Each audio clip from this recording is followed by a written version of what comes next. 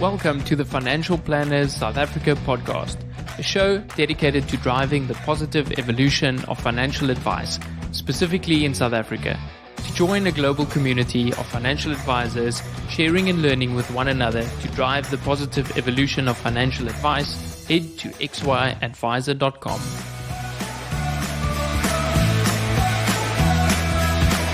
Portfolio Metrics is thrilled to bring you this podcast in support of our common passion, people, and the evolution of wealth management. Our global business links precision investment management to expert financial advice through partnerships and technology. Portfolio Metrics is an authorized financial services provider. AssetMap is a proud sponsor of this podcast. Are you looking for the next big thing in advisor technology? AssetMap is used by thousands of financial advisors to help create more meaningful conversations with clients. See for yourself how AssetMap is leading the next phase of financial advice delivery. Learn more at asset-map.com/Louis for a special listeners discount. This episode is proudly brought to you by Alan Gray. They say it's important to live for today. Although that might be true, we can't forget to plan for tomorrow. There's a lot of it left, after all. Alan Gray is an authorized financial services provider. Visit www.alangray.co.za to learn how we build long-term wealth for clients.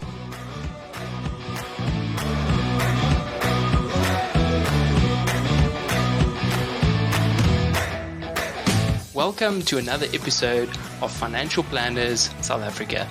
This year, we kick off the show with a guest all the way from Jupiter, Florida, Mary Martin.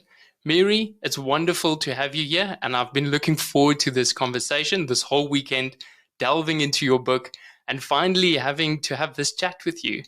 Well, thanks so much for having me. I've been looking forward to it as well.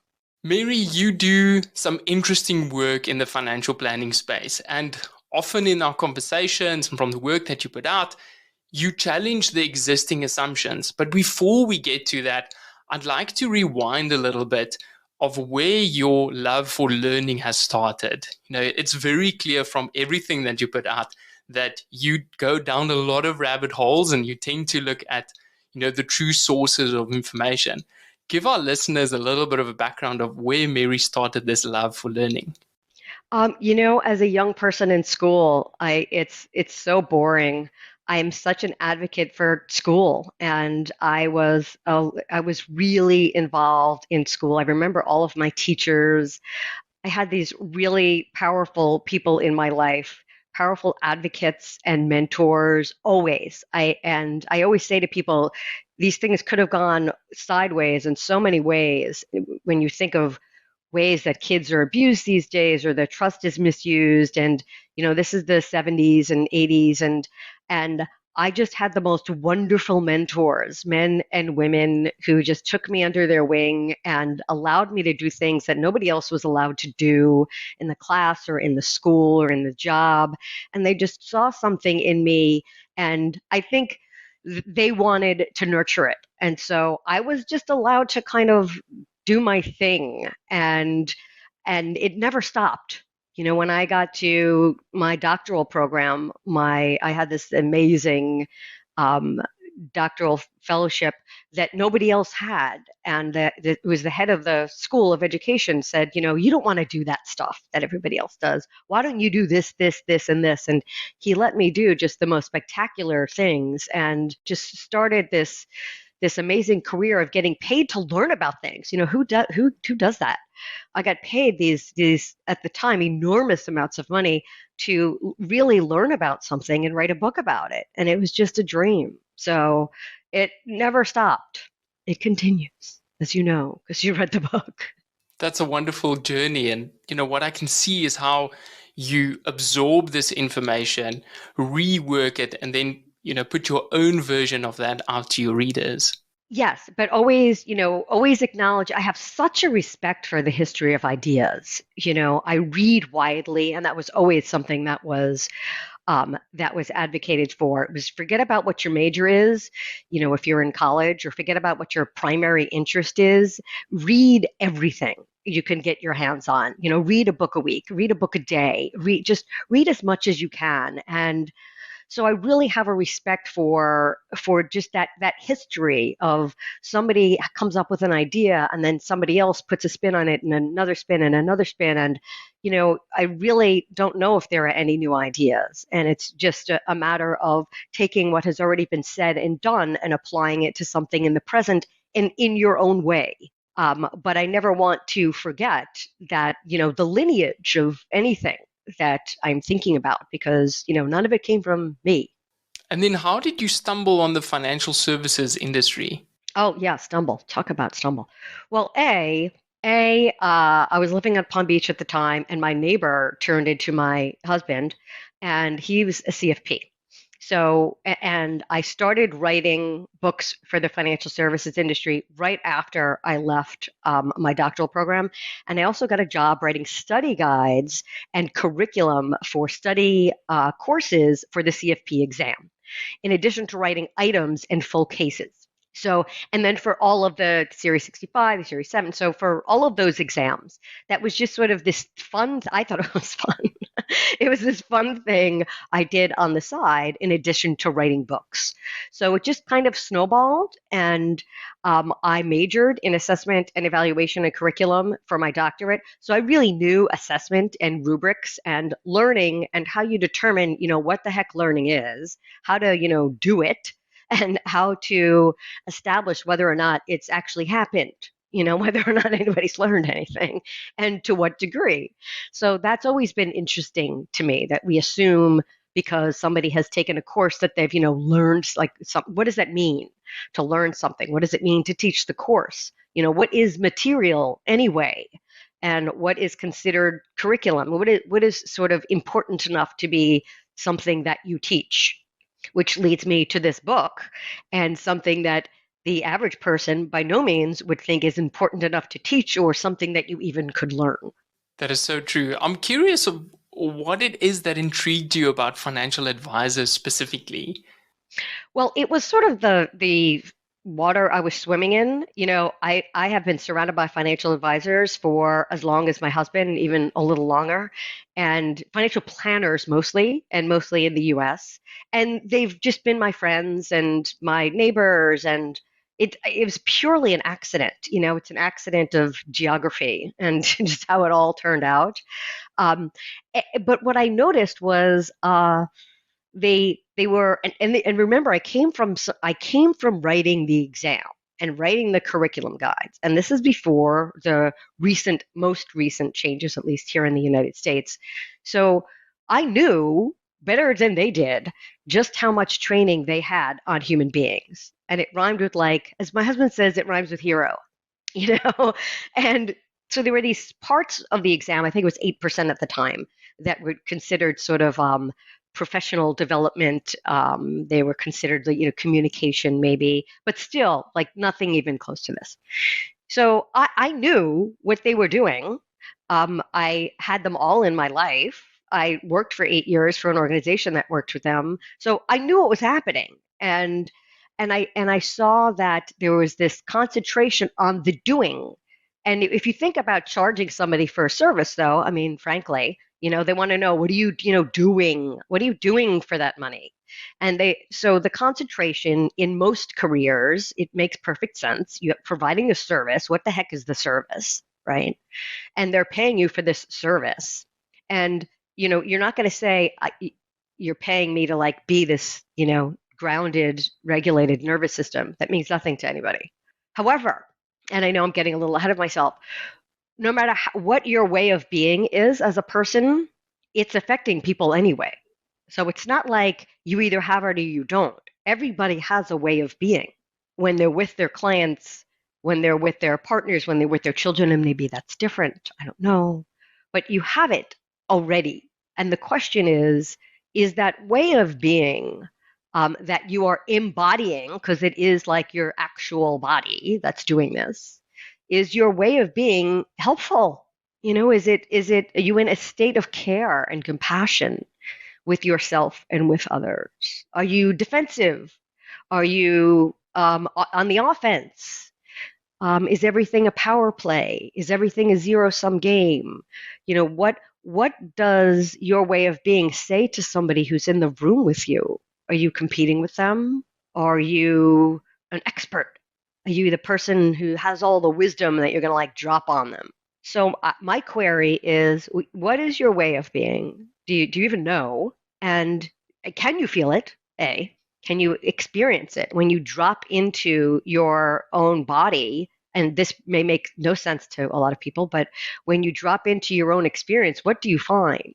Because whatever you find is affecting who you are and how you're interacting with other people, whether you know it or not. So this isn't like, oh, get this thing that you should have. It's you already have this thing, but what is yours doing? You already have a way of being. Everybody does. And how's it working for you? How is it working for you? And how do you feel it intrapersonally, and what do you feel from others as a result of your way of being? What do you bring out in people? Do you even know? Is that something that you pay attention to or interested in listening for? Does that help? Wow. There's so much in that response. And I want to focus a little bit on the piece around this fixation that we have as an industry around the value that we're adding. And what you're saying is yes, it is important about what we're doing, but it's equally important how you show up and your way of being. What led you to that conclusion? Well, I've been practicing mindfulness for longer than, actually not. I was meditating in a different style of meditation for years, TM, and then about 15 years ago, I discovered, and you know the story of that, how mindfulness came into my life, because I really wasn't living in my body, which is a weird sentence. But it was so true for me. I was this like brain, with legs, and really great brain, and that was the thing that I prided myself on. I'm so smart, and I've got this giant IQ, and I've got this PhD, and I've done all the things. I've done all these things, but what? So what? And it was a really humbling experience, because my values that I got from, I don't know where I got them from. I don't know, maybe my parents with their Ivy League educated PhDs, but I got this message that the most important thing was my brain and my accomplishments and my achievements. And I'm not blaming anybody. I got that message, and I ran with it for sure. And then I came up against this moment where it became clear that I missed the boat, and that was a message, and that is a message for sure, but it wasn't the message of a human life. It was the message of a human brain, and there's this whole body that's attached to that human brain that I was neglecting for years. But while being obsessed with fitness, while being obsessed with thinness, so you'd think, oh, Mary was paying attention to her body, but in all the wrong ways. I wasn't paying attention to how it felt to be me. And in fact, I was doing all the things I was doing to not feel how it felt to be me. So from the outside, you saw one thing, wow, look at that. And the inside was completely disconnected. And so it took me a long time. It took me years to get close to who I really, to what was really happening and what I was avoiding all of those years. And once I did that, as painful as it was, and I had been in therapy, by the way, for years before that, didn't touch any of this. So this practice, which, by the way, is not about like reliving all your childhood stories. It's not about that. It's not about all of your stories at all. It's about recognizing that you have stories that are attached to these sensations in your body, and you're allowing this to dictate how your life goes. And that might sound really weird, but that's what I found in the practice. I found that the closer I got to how I was actually feeling, you'll hear people say things like, mindfulness is liberating. And I was always like, what is with the liberating? I don't understand it. And now I get it, because it's liberating once you have done your work of touching your own pain and your own suffering and realizing that you're not going to die. You touch it, it's horrible, it's upsetting, whatever. You learn how to be with what is in your life rather than running away from it. That's what they're talking about when they say liberation. And so that's what I feel. And when I saw these financial advisors with the doing, and the achieving, and the Forbes 100 and 400 and under 40 and all of this, and all of the concentration on, I won't say the wrong things, definitely something that's very important in the business, but this lack of concentration on the human being behind it all. And then when I look at, I'm a bit of a futurist, and when I look at the way the industry could be going, the way the world is going, and I think, well, let's just say that a lot of the technologies that are underway now in 20 years have been perfected. What is there left for a human financial advisor to do? And it's certainly nothing technical. And so what's left is for people who still, I mean, there are people now who are happy to not deal with a person, but that for people who want to deal with people, if you think about what they're doing, they're voting for humans, like they're casting their vote for people, that people are important. And so how are people important?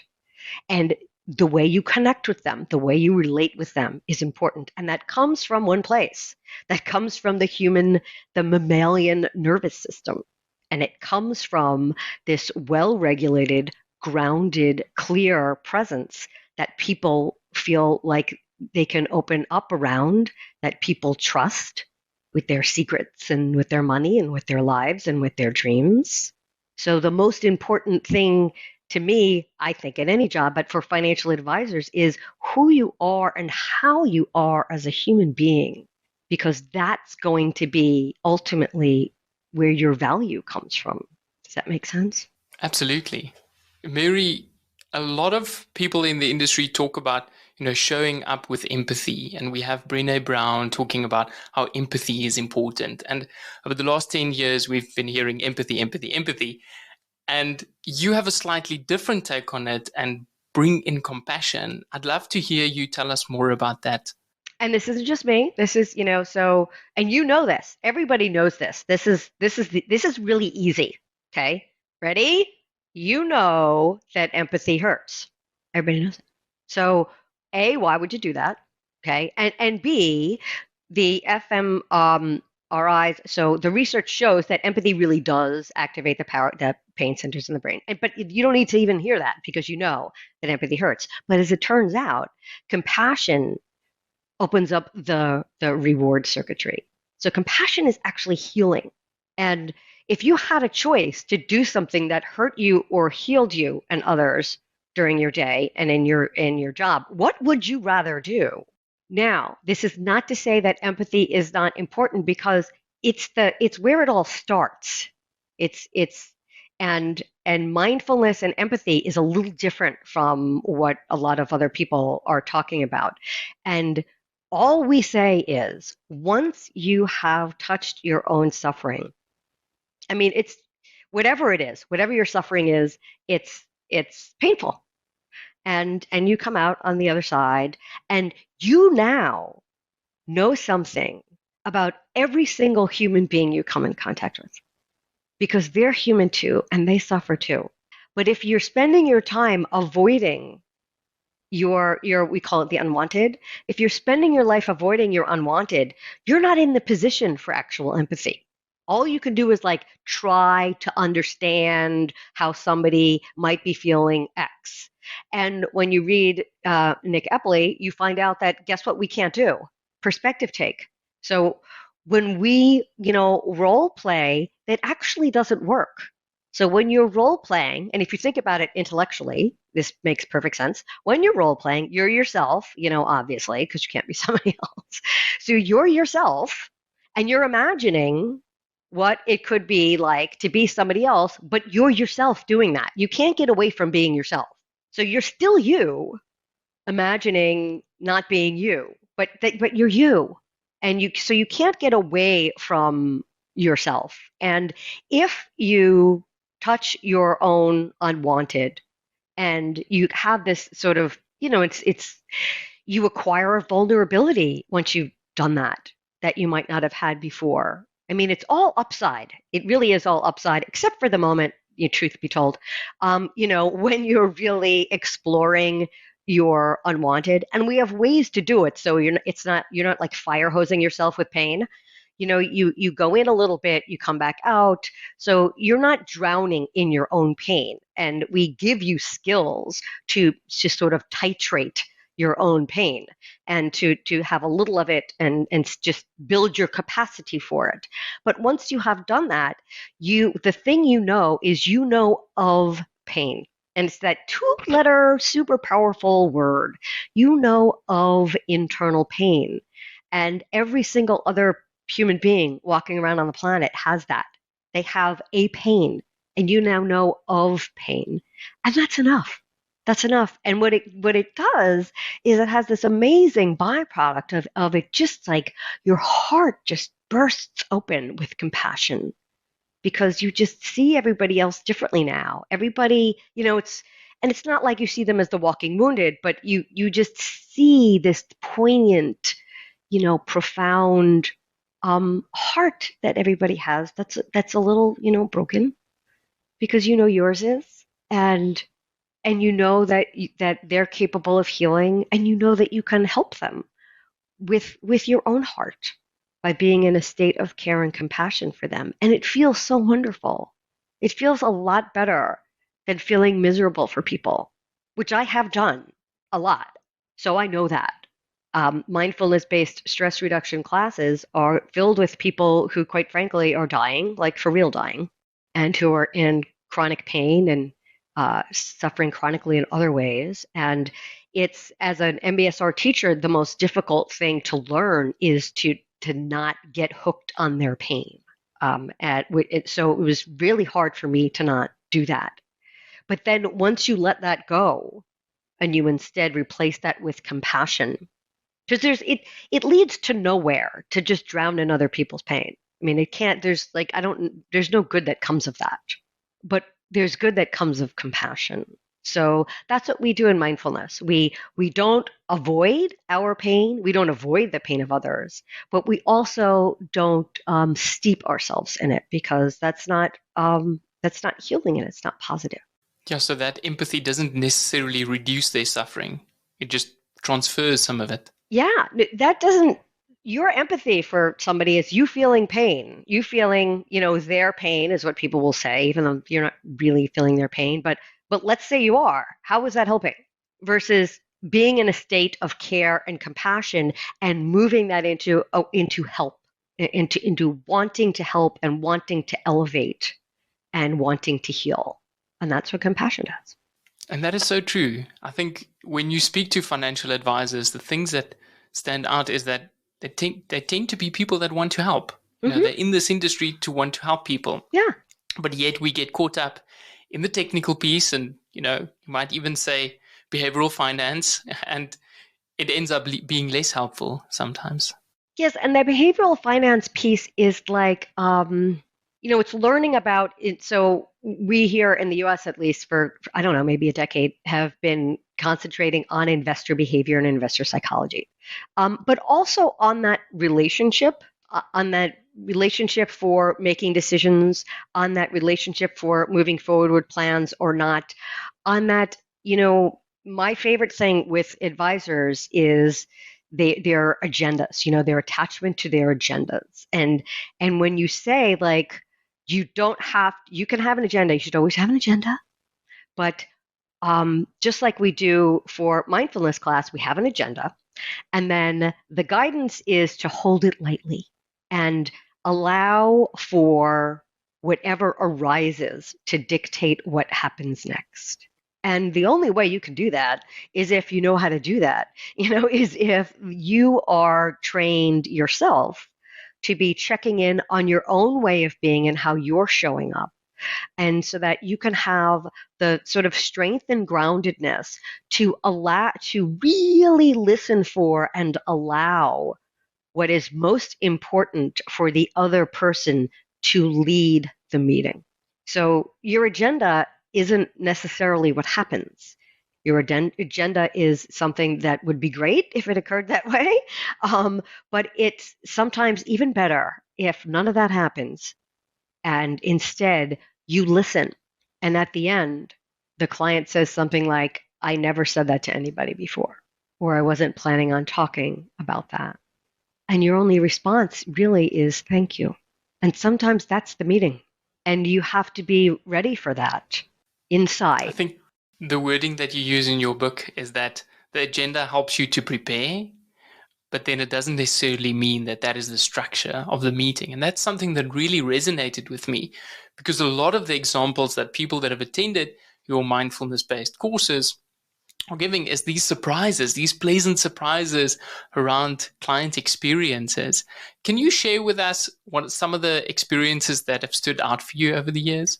They're largely around that. They're what I just said. They're largely around. They're surprises. They're when an advisor becomes comfortable with silence and with the awkwardness of a person who's like just struggling with their meaning and with what they're saying. And I know y'all have been taught to prompt and to help to kind of tease the thing out of the person. But there are moments, and I'm not saying they're all the time, but after you've been practicing for a while, you sense there's like you sense that somebody is struggling and needs to do the thing on their own. And the advisor sort of sits back and the person just talks and stops, sometimes for a while, and sometimes cries, sometimes ugly cries, and and then talks again. And the advisor is just, I had this one advisor, and it's in the book, and which was really remarkable, said, I was using the client's story and how they stopped and started as my anchor, like as it was the practice. My practice became this person and how they were stopping and starting. And I was just allowing for it. And the more upset that person got, the more kind of open and open hearted I got, and the more compassionate I got. And I could feel it. And so this person just told the story, and as I said before, said that she had never said it to anybody ever, never told this story. And so it's things like that. It's things like an advisor says, okay, after practicing for a while, realizes the second before they're about to get on camera, because this was during a COVID thing, the second before, and they realize, you know what, like I'm tired. I'm really tired. I rushed to get here. I was just really annoyed because I had to do something with my kids that my partner said that they would do and they didn't do. And it's like still in my head. And my body was really dysregulated from all of those moments put together. And that was what Daniel Kahneman calls noise. So all these things are noise in the nervous system. And for your listeners, he's the guy who writes about thinking fast and slow, and system 1 and system 2 thinking, and writes about biases. But he also wrote this fantastic book about noise. And noise is just as responsible for the inferiority of human judgment as biases, but we don't notice it. And in mindfulness, we learn to notice it. Like we go out there looking for it. We call it a sound check. We do a check on our own nervous systems and say, what is present here that could possibly get in my way in the way I'm interacting with my client? What might close me? And it could be pain. It could be being annoyed. It could be like this advisor, I was in a rush. I got up late. It's just this whole kind of perfect storm of things where they were going into the room just not at all grounded. But fortunately, as this person said, all it took was like, what's going to happen in 1 minute if you don't show up in 1 minute in that Zoom room, or if you show up and say, can you excuse me for a minute? I just need 1 minute. I'll be right back. And you get yourself off camera and off mic and you ground yourself. You can do that in 1 minute if you know how. And if you have a practice of doing that, and if you've learned what your unique nervous system can most benefit from. And then this person goes back on camera, and it's like a whole new day, and was able to really be open to the fact that, guess what, their agenda wasn't going to be what was happening. And they actually said, I don't know, because I had my agenda and I know I was annoyed. And I think if I just turned the camera on and I just went, I would have just been like, okay, and gone down my agenda. But that's not what happened. And that's not what happened with the meeting. So it's these little surprises like after we do mindful movement, which is weird, right? You experience, tell me about mindful movement for you. Yeah, it's finally slowing down to notice things that's always on autopilot. Even in your book, you mentioned how you work with children and how they, get up in 10-second increments and then in 20 and then in 30. And I even imagined me doing that, and just the awareness that we bring. Before we jumped on the call, I told you about my 1-year-old daughter and how she's experiencing grass and, wanting to taste everything. And it's just that curiosity and, awareness of things that are normally on autopilot. Yeah. And so some people tap, tap their hands, tap their feet. And it is remarkable how once you kind of have that on your radar, how distracting that is. And for people who do it, they're shocked by how distracted they now are with other people tapping, because they realize that it is impossible to truly listen to somebody and be present for somebody if you're tapping. Like, you just can't. And as M. Scott Peck says, if you're doing anything else, you're not really listening.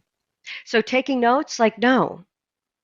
And there's a time, there's obviously a time for doing that. But when it comes to this deep listening that we do, which I also call deep witnessing, you're really the type of listening that we do that is called for, not all the time, but sometimes, is really what somebody needs. The other person needs to say their stuff and to get it out. And they can probably get it out with anybody, but they're not going to feel seen and heard with anybody. And that takes a specific kind of presence and a specific kind of listening that we do that involves not doing a lot of stuff with your body, if you're an animated person. So for some people, it can be very difficult to learn how to listen deeply, but it's a wonderful discipline to just be like, where the heck is my body right now? Like, what am I doing? What am I doing and why? And is it something that's useful or skillful or, has an outcome, or why is this occurring? So it brings even or maybe especially the movement. I have somebody who's in the class who's a swimmer. He's a competitive swimmer and coach. And he said, this is like teaching somebody how to swim. And I said, I do tell. I have no idea how that's true. And he said, you don't get better at swimming by just swimming. You don't get, and I thought, oh, that's what I've been doing wrong. He said, you don't just get in the water and swim. You do specific drills that, are geared to do one thing to the point of automaticity, of that unconscious competence. And then, you add something, you do something different next time. And that first thing you did has become automatic. But if I were to tell you everything you had to do to swim, you would be paralyzed by thinking about all of the things you had to do. And so in mindfulness class, you do, this one thing. You do the body scan for a week, and people are like, why do I have to do this thing for a week? And it's not just a week. I have news for you. It's sort of the rest of your life. But the more you get in the habit of checking in on your body, guess what? The more you check in on your body, not because you think of doing it, but because it occurs to you, because we become what we practice. So you're creating this brain. Our brains are predictive. They predict what's going to happen next, believe it or not. And then they do the things accordingly. They allocate resources accordingly. And if you intentionally do whatever it is, body scan, swim a certain way, over and over and over and over and over and over and over again, you're creating a brain that predicts that you're going to do that. So you're not doing it consciously. And then guess what? You notice you're getting a sore throat before you ordinarily would, or you realize you're tapping, and these things begin to occur as many people in the class say it's like magic, which is, which, and I'm always very quick to say it's not like magic. It's neuroscience. It's you are practicing, so you're creating a brain that does these things.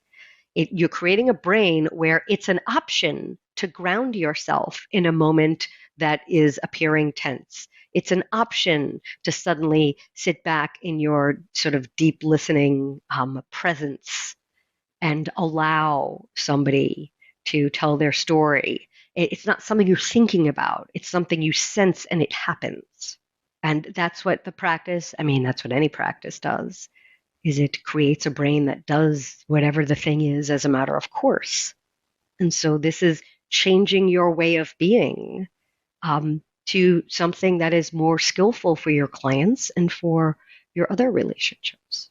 Mary, I want to delve a little bit into this idea of the advisor who's responsible for the client wellness. And I'd love to hear your take on where those boundaries come in. You mentioned a couple of times in your book around the frequency of contact that an advisor has. Like, what role do you see the advisor of the future play in the work that you're specifically doing as it pertains around wellness? Well, I'm a trauma sensitive mindfulness practitioner, and there's a lot around trauma that advisors probably should know, but that's the line. So unless you are a therapist or a financial therapist, that's not something you're getting into. You're not healing somebody's, trauma in your 12 times you see somebody a year. So when I say wellness, what I mean is your way of being and your way of listening is looking out for the other person's nervous system, because that's what mammals do. So we're social animals, and we not only communicate, but we collaborate, we cooperate, and we co-regulate each other's nervous systems. And I don't think people think of that when they think of, oh, that's what we do. But if I say, when you reach out to somebody for help, that's your nervous system. It's called your social engagement system. That's your nervous system saying, I don't know if I can really do this on my own right now, but I am acknowledging so-and-so as a helper for my nervous system, so I'm going to reach out to them. So if a client is reaching out to you physically or calling you, it could be, something about their account, obviously, but it could also be that their nervous system has recognized your nervous system as something that is regulating for them, which is a wonderful compliment, and even more of a reason to make sure that your nervous system is regulated and you know how to get it there in a moment's notice. So I do think that those who have the knowledge, with knowledge comes responsibility. And once you are aware of how much you can affect people, I think you're obligated to do your level best to be positively affecting and nurturing other people's nervous systems and regulating them when you can. Now, as far as their overall wellness and what financial advisors are responsible for, the fiduciary part, I totally get. And I think it depends on the designation that you have and what they say.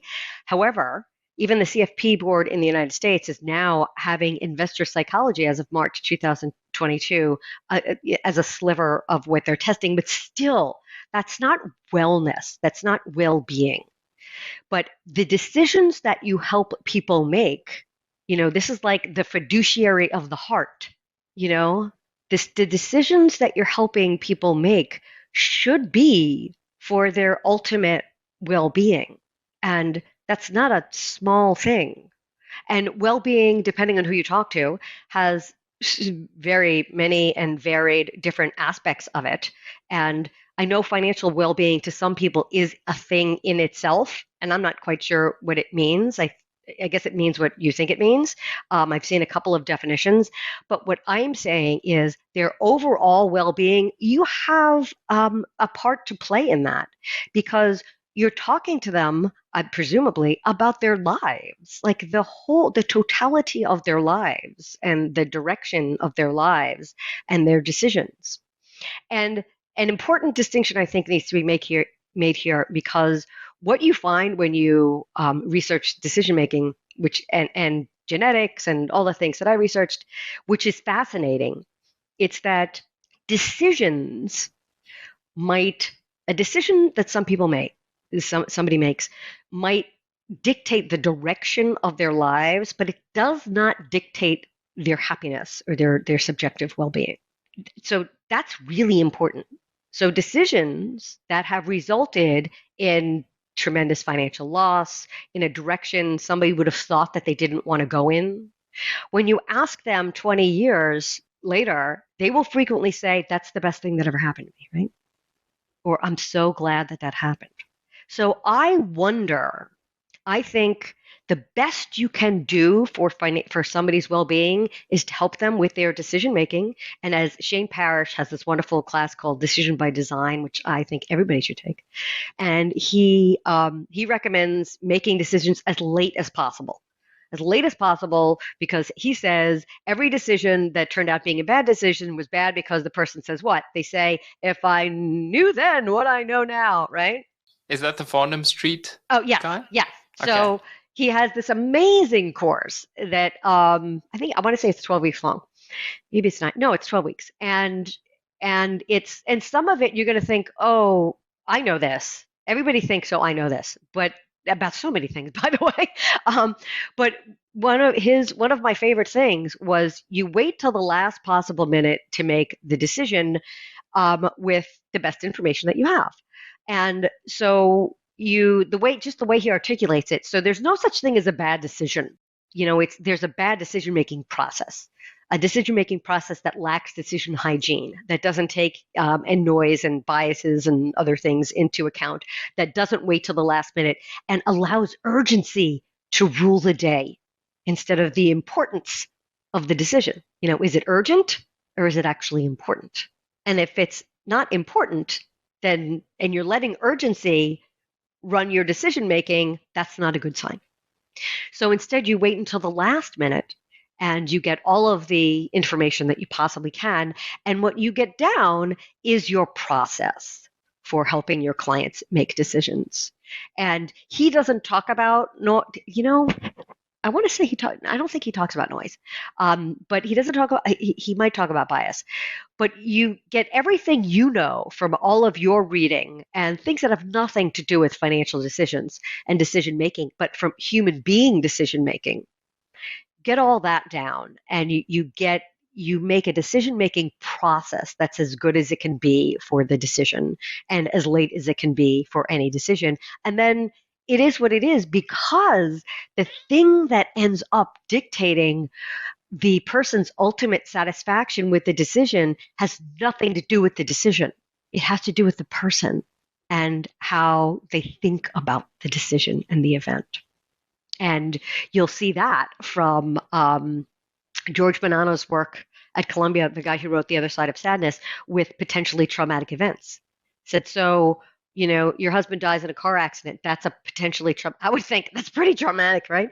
He says, no, it's a potentially traumatic event. And it only becomes a traumatic event when you decide that it's traumatic. And this goes for everything. And there are some things that, very high probability that are going to be traumatic. My sister died. You can bet that for my parents, that's for everybody, that was pretty traumatic. But young widows, he talks about, because there's some sense of like people who are 27 years old shouldn't be dying. However, for most events that we consider traumatic, he just considers them potentially traumatic. And the research does bear that out, where some decision that you think was horrible, in retrospect, turns out to not be horrible. Or you say, oh, I learned so much. Like I went to law school, wholly bad decision, terrible. And I ended up leaving law school, and I'm one of those, and it cost me like $70,000, whatever. But I'm one of those people who looks back and says, I learned so much from doing that and then undoing that. And by the way, my decision-making process for that was horrible. So that was a combination of things. But I learned so much. So you would think, oh, $70,000, 5 months. When you add a bunch of things that happened up, you would think it was terrible. But and maybe in the moment it was miserable, but in retrospect, it wasn't. And as it is with any event, it is what you think it is. And that's what mindfulness, that's another thing mindfulness teaches you. And a lot of that is genetic, it's true. There's this giant, genetic chunk to that. So those sunny side of the street people, when something, most people think is horrible happened and they're fine, that's, they were probably born that way. There are a lot of people who are born that way. I know some of them. But for the rest of us, there is something we can do.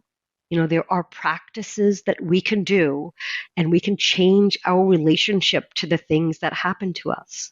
And there is no such thing as something that has to be miserable, really. So the decisions that you help people make, I would focus on the decision making and not the decision necessarily. Thank you, Mary. I think that gives us a much wider framework for thinking about wellness. It isn't necessarily this, defined construct. It's much broader than that. And as you're talking about decision making, you've spent obviously many years with the Financial Transitionist Institute as their learner in chief.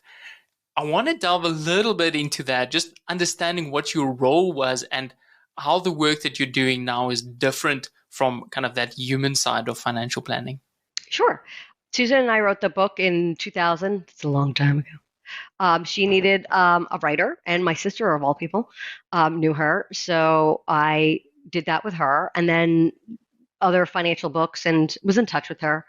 And then in, I want to say 2014, she wanted to pivot with her company, do something different. And I was around, and I said, oh, I'll help you for 6 months. So 8 years later. So it was really supposed to be a project. And what I ended up doing was she had a bunch of tools that she and her community of practice had created over 20 years, really. It's 20 years of work. And they would get together, monthly, and they would get together annually. And there wasn't a lot of structure to that, really. So it was what I knew and what I learned, what I was trained to do. So I created the program and wrote the textbook and created the exam and got it listed on FINRA. And so just did all that nonsense. And then the LMS, there was another one before the current one, and just kind of got it all structured. I mean, that's it. And then really started bringing my own work into it. But so I was never like a full-time employee, that was something I did as a consultant. And I got more and more into my work with mindfulness. And there was a lot of tension in the two of the things. And so I just went off to do my own, because the work there is really about transitions. And that is that's what they do. They do the human dynamics of financial change. And that's really not what I do. And I also have a different take on transitions, just in that from mindfulness practice, as you know, you really get a sense that we are constantly going in and out of things, and things are coming and going. So I have a kind of a different take on it. And as I just talked about, when it comes to decision making, I don't know if I think you can do the best you can with somebody's decision making during transitions, and of course protect them, particularly if they're in an emotional state, and of course guard them against making bad decisions or any decisions if it's not a good time for them to make a decision. Absolutely. But I don't know how much responsibility or I don't know. I don't know how much of that is responsible for how happy somebody ends up being. I think that's on them. And I think as an advisor, though, there's stuff you can do with that. You can teach. You have these practices that you've learned, and you can teach them by example. You can be a role model for gratitude, for savoring. I do entire firms where they make mindfulness like the cornerstone of how they work. They don't really say they do, but they incorporate it into every little thing from the people who go outside for their meetings because being outside in nature is so good for so many people. And they don't like lecture people about how good it is to be outside. They just made this gentle suggestion to all of their clientele. Anybody, bring your walking shoes, whoever wants to walk outside around the lake. And they found that most people took them up on it. And their meetings went better. They were happier. They felt better. They looked forward to their walks with their advisor. The advisor got in all their steps. So they bring savoring in to meetings. They bring gratitude in. They bring grounding practices into their meetings with their clients.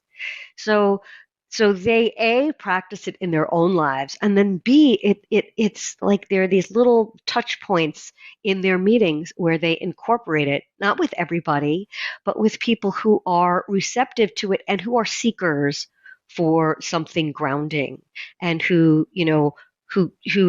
want clarity and who want to be they want a nervous system that is more downregulated. So you can do that. So when I talk about well-being, I'm really talking about, yes, the decision making, but your way of being, elevating their way of being, and the things that you do that you can teach them to do in their own lives that will elevate their well-being as well. Does that help? Absolutely.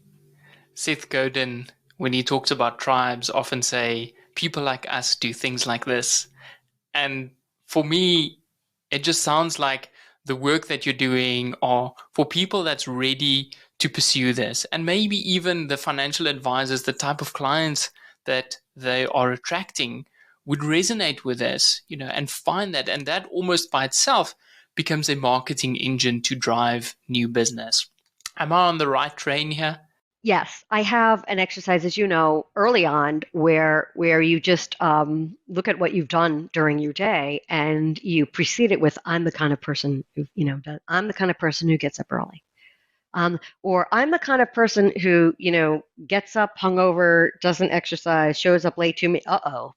You know, so you write down what you've done, every little thing, because you're the kind of person who does that, and including doing inner work, including caring about the well-being of your clients, including realizing the responsibility of being a nervous system who can help regulate others, who can improve the well-being of others just by the way you are. You can actually improve somebody's well-being just by sitting there and being you, even over Zoom. Like, that's powerful. And wouldn't you want to do that? And then also, wouldn't you want to notice, instead of having somebody else say, "Dude, chill out"? Wouldn't you want somebody, like I have to say sometimes to my kid, wouldn't you want to notice for yourself, wow, it's really getting crazy inside me. It's really getting activated. I'm really activated for some reason, and I need to do something about this before I talk to my child, before I have this meeting. Before I take another step, I need to get my own house in order here. And I don't know why you wouldn't want to do that. Because whether you know it or not, you're affecting yourself and everybody else with your way of being. It's just in which direction, and is it a choice or not? And that's up to each individual. Mary, for our listeners, where would they be able to find Mindfulness for Financial Advisors, the book, and also your MBSR courses that you host? www.marymartinphd.com. And the reason I have the PhD, I have to say this. So Mary Martin is this really famous person. She was the first Peter Pan. There are so many Mary Martins. I don't know what my parents were thinking by naming me Mary Martin, because there's like 5 million Mary Martins. So it's really hard for me to get a website domain. And so that's why. It's not because I think I'm fantastic with my doctorate, but it's the only way I could get a .com. And that is, you can get a free chapter of the book. The book will be there in 2 weeks and everywhere books are sold. And the MBSR class is the next one. The one starts this week. The next one starts in April. And then there's a class for advisors that's like pretty much every season. One starts on Thursday and the next one starts in April. Thank you so much for being here today and the wonderful work that you do to promote this industry and to move it forward. It is very important and it is life-changing, definitely. As someone that's experienced this and has worked through a lot of what you put out, it's highly recommended, and just wanted to say thank you again, Wayne. Well, thank you for being a pioneer and thank you for having me.